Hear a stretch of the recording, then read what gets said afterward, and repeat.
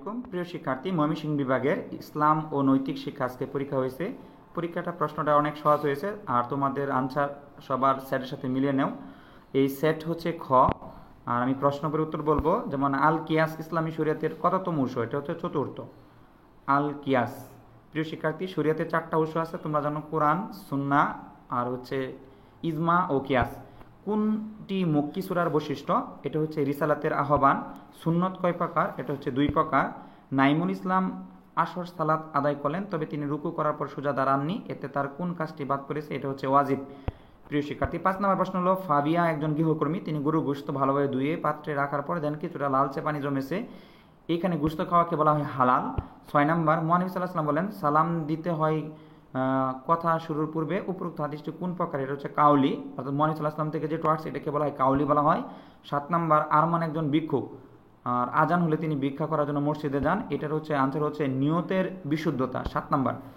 আর 8 নম্বর হচ্ছে সমস্ত পাপের জননী হিসেবে স্বীকৃত হলো মিথ্যাচার, সবাই জানো তোমরা। 9 হচ্ছে জনাব আব্দুল কাদিরের এলাকায় 50 জন মানুষ কোন কাজটি করেছেন? হচ্ছে ফরজে কিফায়া, অর্থাৎ ওই যে আমরা জানি হচ্ছে জানাজা নামাজ হচ্ছে ফরজে কিফায়া। 10 নম্বর হচ্ছে জিসানের কর্মকাণ্ডের ফলে, এটা হচ্ছে তিনোটাই সমাজে বৈষম্য দেখা যায়, সে দেউলিয়া হয়ে যাবে, সে পরকালে জাহান্নামী হবে। 11 নম্বর হচ্ছে মনির হোসেন কবির মেয়েকে 10,000 টাকা দিয়ে এই শর্তে যে 1 বছর পর তাকে 2,000 টাকা বেশি করে দিতে হবে, এটা হচ্ছে সুদ। 11 নম্বর হচ্ছে সুদ। 12 নম্বর, ফিতনা কোন হত্যার চেয়ে জঘন্য? এটা হচ্ছে সকল অত্যাচারের দরজা খুলে দেয়। ফিতনা হচ্ছে সকল অত্যাচারে কি দরজা কি খুলে দেয়।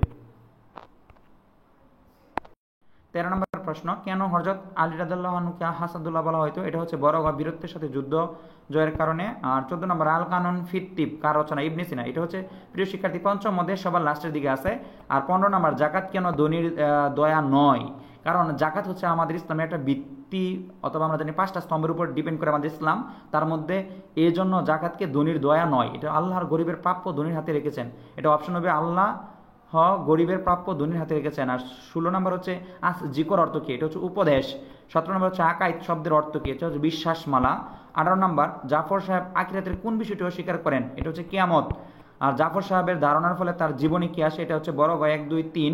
আর 20 নম্বর হচ্ছে যার কাছে আমি একটা শব্দ শিখেছি আমি তার দাস, এটা হচ্ছে ক নম্বর? হযরত আলী রাদিয়াল্লাহু আনহু। 21 নম্বর, কবরের অপর নাম কি? এটা হচ্ছে বারজাক। কবরের অপর নাম হচ্ছে বারজাক। আর 22 নম্বর, জাকাত হলো ইসলামের কি? সেতু বন্ধন। জাকাত হলো ইসলামের কি? সেতু বন্ধন। 23 নম্বর, মুনাফিকরা জাহান্নামের সর্বস্তরে থাকবে কেন? যারা মুসলিমের গোপন সত্য তত্ত্ব জানিয়ে দেয় তারা ইসলামের, এটা হচ্ছে 1 ও 3, অথবা 1, 2, 3 তিনোটাই হইতে পারে, কনফিউশন। 24 নম্বর হচ্ছে ছাত্র শিক্ষকের সম্পর্ক পিতা সম্পর্কে নেই কেন? এটা বড় গ, ছাত্ররা শিক্ষকের জ্ঞানের অধিকারী বলে। আর 25 নম্বর, যার মধ্যে আমানত নারী নেই হাদিস অনুসারে তার কি নেই? হচ্ছে ইমান। আর 26 নম্বর, হামিদার কাজটি কিসের শামিল? এটা হচ্ছে শালীনতার। আর নামিমার কাজের ফলে সে, এটা হচ্ছে 1, 2, 3। হাক্কুল ইবাদত কেন গুরুত্বপূর্ণ? এটা খ নাম্বার, সামাজিক জীবনের সহানুভূতি সৃষ্টি হয়।